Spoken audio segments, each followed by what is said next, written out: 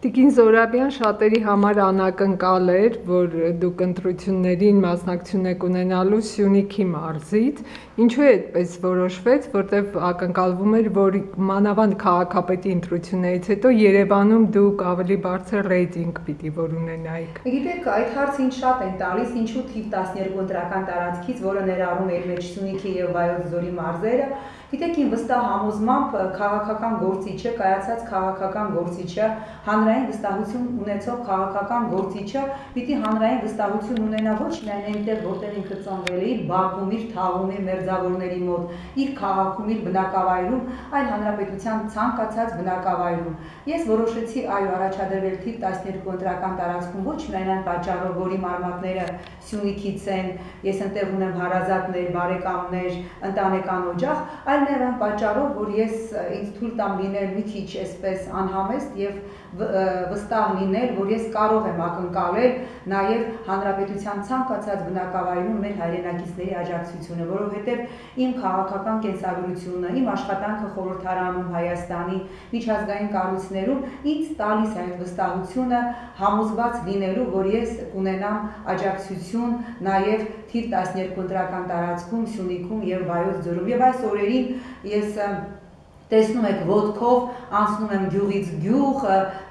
մտնում եմ տները, այսպես շատ անսպասելի կերպով նաև ես շատ հետաքրքիր է, ասենք 3 գիշերը ժամը 11-ին բացել եմ Անգեղակոտ գյուղում մի պատահական տուն, մտել եմ, նստել ենք, ասենք շատ սիրուն վառարանի շուրջ, միասին այսպես կարտոֆիլ ենք դրել վառարանի վրա, շատ հետաքրքիր զրուցել ենք համայնքի խնդիրներից, համայնքի խնդիրներից։ Ես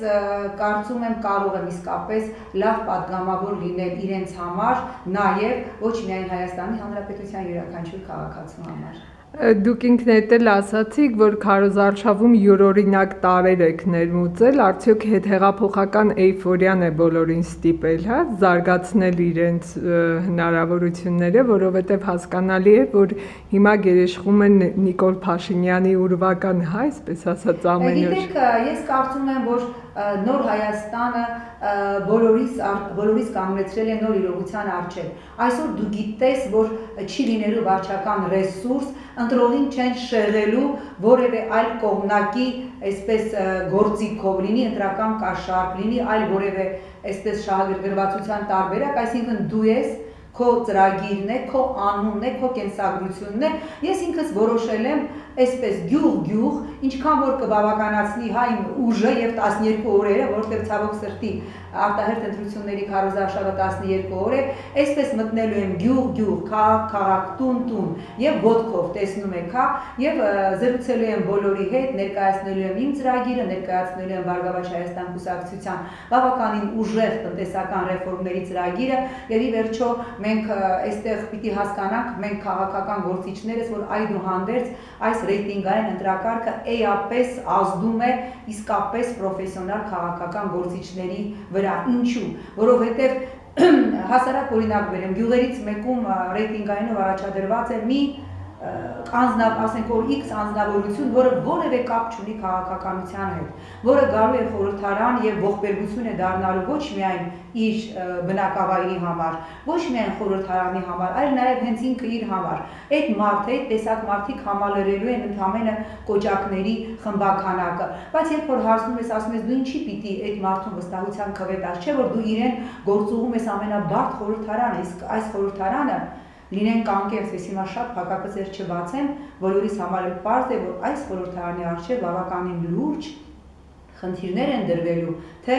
մեր արտաքին մարտահրավերների հետ կապված, թե տնտեսական խորքային բարեփոխումների հետ կապված, եւ ինչ են անելու այդ մարդիկ խորհրդարանում, տանջվելու են իրենք եւ տանջելու են մնացած բոլորին, տանջելու են Հայաստանի Հանրապետության քաղաքացուն։ Իրենք պատասխանում են, դե գիտեք իմ հարևանն է։ Եվ ես ցավում եմ, որ շատերի մոտ գերիշխում է այս ցավալի տրամաբանությունը, որ չնեղացնեն իրենց հարևանի տղուն կամ իրենց հարևանի աղջկան, միևնույն է, իրենք հասկանում են, որ 100 կամ 200 կամ 500 քվետալով այդ մարդը չի լինելու խորհրդարանում։ Ուղղակի այդ ձայները փոշիանալու են ձայներ, որոնք կարող են օգնել իսկապես լուրջ կայացած պրոֆեսիոնալ օրենսդիրների եւ քաղաքական գործիչների։ Տիկին Զորաբյան, ձեր այդ տուն արտուն շփումներից ընդհանրապես ինչ տպավորություններ եք ստացել, մարդիկ ինչ տրամադրվածություն ունեն, որտեղ կա նաև տեսակետ, որ Բարգավաճ Հայաստանը, եթե գումար չի բաժանելու, ապա շանսերը շատ քիչ են լինելու, նաև կուզեի խնդիրներին անդրադառնաք, այդ ընթացքում ինչ խնդիրների եք բախվել, ինչ եք տեսել մարդկանց։ Գիտեք, ես այնպես չէ, որ նոր եմ ծանոթանում Հայաստանի Հանրապետության որևէ ռեգիոնի խնդիրներին, բոլոր ռեգիոնների խնդիրները ինձ համար տեսանելի են, հասկանալի են, որտեղ մենք միայն ընտրությունից ընտրություն չէ, որ լինում ենք Հայաստանի բնակավայրերում, ցանկացած ռեգիոնի, ցանկացած մարզի բնակավայրի խնդիր ես միանշանակ գիտեմ, հատկապես Սյունիքինը, որտեղ ես շատ հաճախ եմ լինում եւ երբ որ օրերս Մեղրիում է, անմիջապես ահազանգեցին, որ Ագարակում հիշում եք, Բեռնատարի վարորդները փակել էին ճանապարհը, շատ լուրջ խնդիր էր եւ ես հիմա նորից ձեր լրատվամիջոցի միջոցով ուզում եմ կառավարության ուշադրությունը հրավիրել, սահմանեք հավասար պայմաններ հայ եւ իրանցի վարորդների համար։ Իրանցի վարորդները կարողանում են բարձրական հատվածում լիցքավորել մեքենան, բավականին էժան դիզվառելիքով, այնուհետև մի քանի տոննա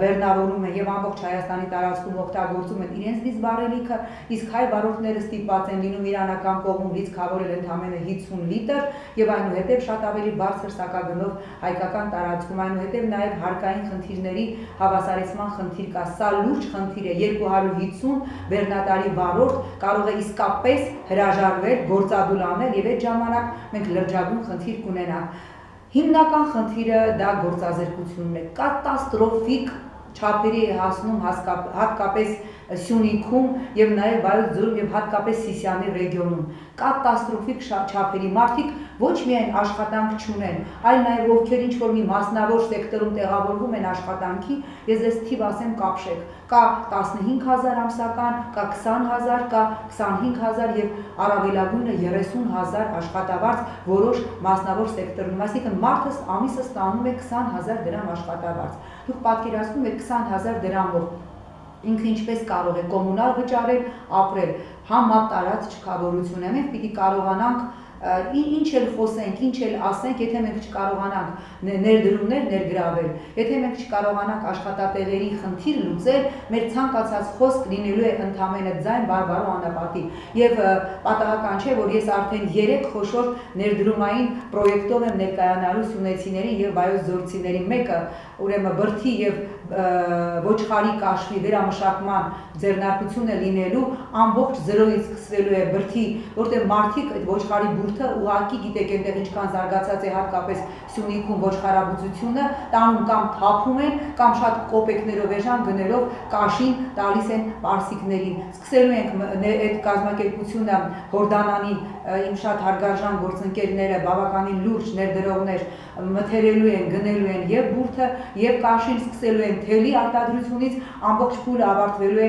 պատրաստի տեքստիլով եւ Սիսիանի տեքստիլի գործարանը, որի իհարկե ավերակ վիճակում է, արդեն ներկայացուցիչները եկել են, առաջիկայում կնայեն, հասկանան դա հնարավոր է վերանորոգել, ինչքան ժամկետում, որպեսզի վերեն սարքավորումները։ Երկրորդ խոշոր ներդրումը դա Խնձորեսկի քարանձավներին է վերաբերում, ես այնտեղ խոսեցի նաեւ մի ներդրողի հետ, ծագումով Խնձորեսկցի, որը հիմա Եվրոպայում է ապրում, որտեղ ինքներ բավականին լուրջ ներդրում է արել այնտեղ, մենք կփորձենք հանդիպացնել 2 ներդրողներին, այն ներդրողներին իմ մարոկացի գործընկերոջը, որը ցանկանում է այդտեղ ներդրում անել եւ Խնձորեսկցի մեր արդեն ներդրողին, ով բավականին մի քանի միլիոն ներդրում արդեն արել է ռեգիոնում, այդ ամբողջ մշակութային զոնան տուրիստական փառահեղ գոտու վերածելու համար։ Մի ներդրում էր կա Քարահունջի քարերի հետ կապված, այդ Զորաց քարերի հետ կապված, աշխարհի 8 հնագույն աստղադիտարաններից մեկն է, այդտեղ եւս կլինի հյուրանոցային համալիրներ, այսինքն ներդրումային ամբողջ փաթեթը պատրաստ է։